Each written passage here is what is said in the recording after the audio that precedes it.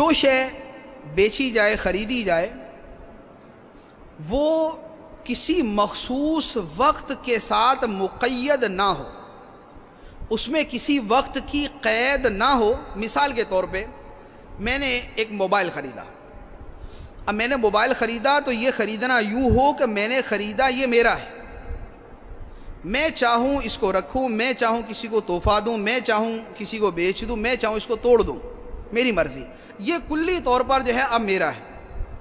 اب اگر یوں کیا کہ مثال کے طور پہ یہ کہا کہ میں آپ کا مکان خریدتا ہوں، 10 لاکھ روپے کا 20 لاکھ روپے کا میں نے مکان خریدا، اور یہ خریدا 1 سال کے لیے، میں نے مکان خریدا اور مکان خریدا 1 سال کے لیے، 1 سال کے بعد آپ کا 20 لاکھ روپیہ آپ کے حوالے، آپ سے 20 لاکھ روپیہ لے لوں گا اور آپ کا مکان آپ کے حوالے کر دوں گا۔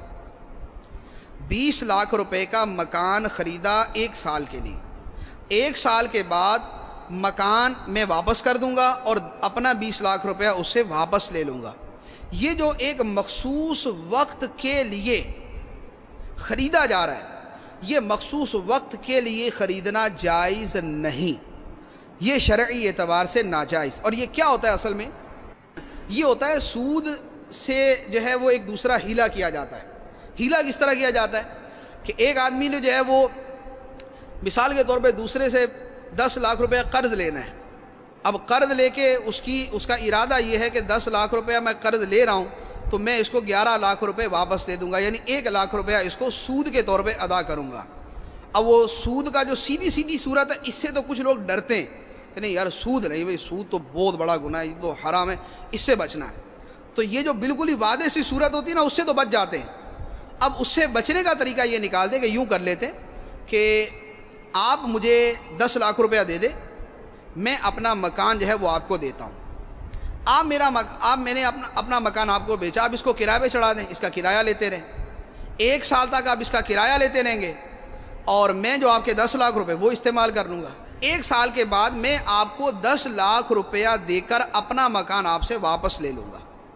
تو اب اپنی طرف سے تو اس کو یہ شمار کر لیں کہ یہ ہم نے خریدا بیچا خریدا، کہ ہم نے مکان بیچ دیا، سال کے بعد ہم نے دوبارہ خرید لیا۔ لیکن حقیقتاً یہ صورت اس طرح نہیں ہوتی، حقیقت وہی ہوتی ہے کہ 10 لاکھ روپیہ قرض لیا گیا اور جو سود دینا ہے تو سیدھا کیش شکل کے اندر سود دینا ذرا بھاری لگتا ہے۔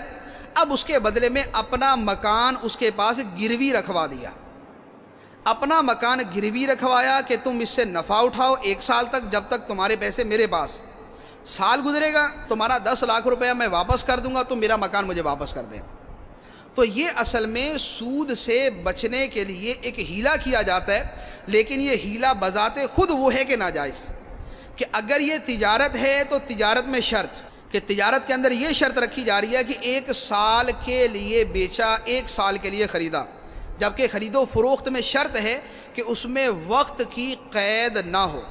کسی کو شے بیچ دی، اب وہ اس کی ہے، اس کی مرضی ہے وہ اس کو رکھے، اس کی مرضی ہے آگے بیچ دے، اس کی مرضی ہے مکان گرا کے زمین جو ہے وہ برابر کر دے۔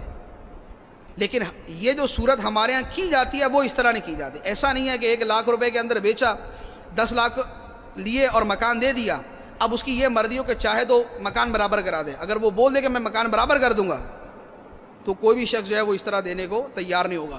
تو اگر 10 لاکھ میں وہ مکان بیچا ہے 1 سال کے لیے تو یہ خرید و فروخت میں وقت کی شرط لگائی، اور وقت کی شرط لگانا یہ جائز نہیں۔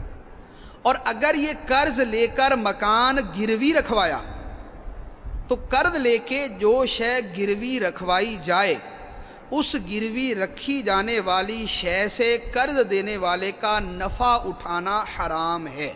رہن رکھنا شرعاً جائز ہے، لیکن جو شے رہن رکھی جائے، قرض دینے والے کا اس رہن رکھی جانے والی شے سے نفع اٹھانا حرام ہوتا ہے۔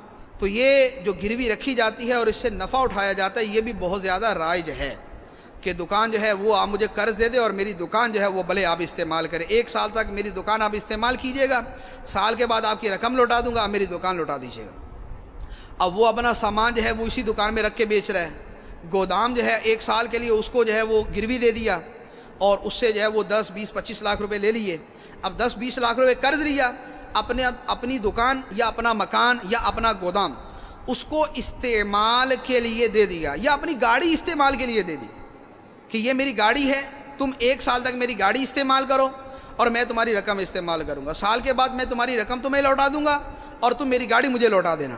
اب 1 سال تک وہ قرض دینے والا اس گاڑی کو استعمال کرے یہ حرام. 1 سال تک وہ قرض دینے والا اس مکان کو استعمال کرے, نفع اٹھائے, یہ حرام. 1 سال تک اس دکان یا گودام سے نفع اٹھائے, یہ حرام. کہ حدیث مبارک ہے کہ کل قرض جر نفعا فہو ربا, کہ ہر وہ قرض جو نفع دے وہ حرام ہے, وہ سود ہے. جو قرض نفع دے وہ سود ہے. کل قرض جر نفعا فہو ربا, جو قرض نفع کھینچے وہ سود.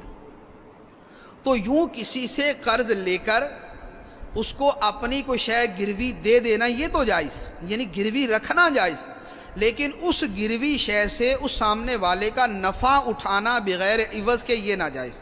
اور اگر اس کا کرایہ ادا کرے گا تو وہ گروی نہیں رہے گا, گروی ہوتی وہ جس کا کرایہ نہ دیا جائے.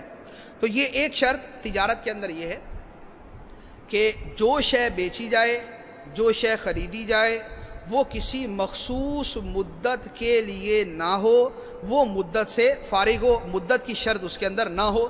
جو شے خریدی ہے اب وہ ہماری, اب وہ ہمیشہ کے لیے ہماری, ہم جو چاہیں کریں. صلو علی الحبیب صلی اللہ تعالی علی محمد. مجھے اپنی اور ساری دنیا کے لوگوں کی اصلاح کی کوشش کرنی ہے.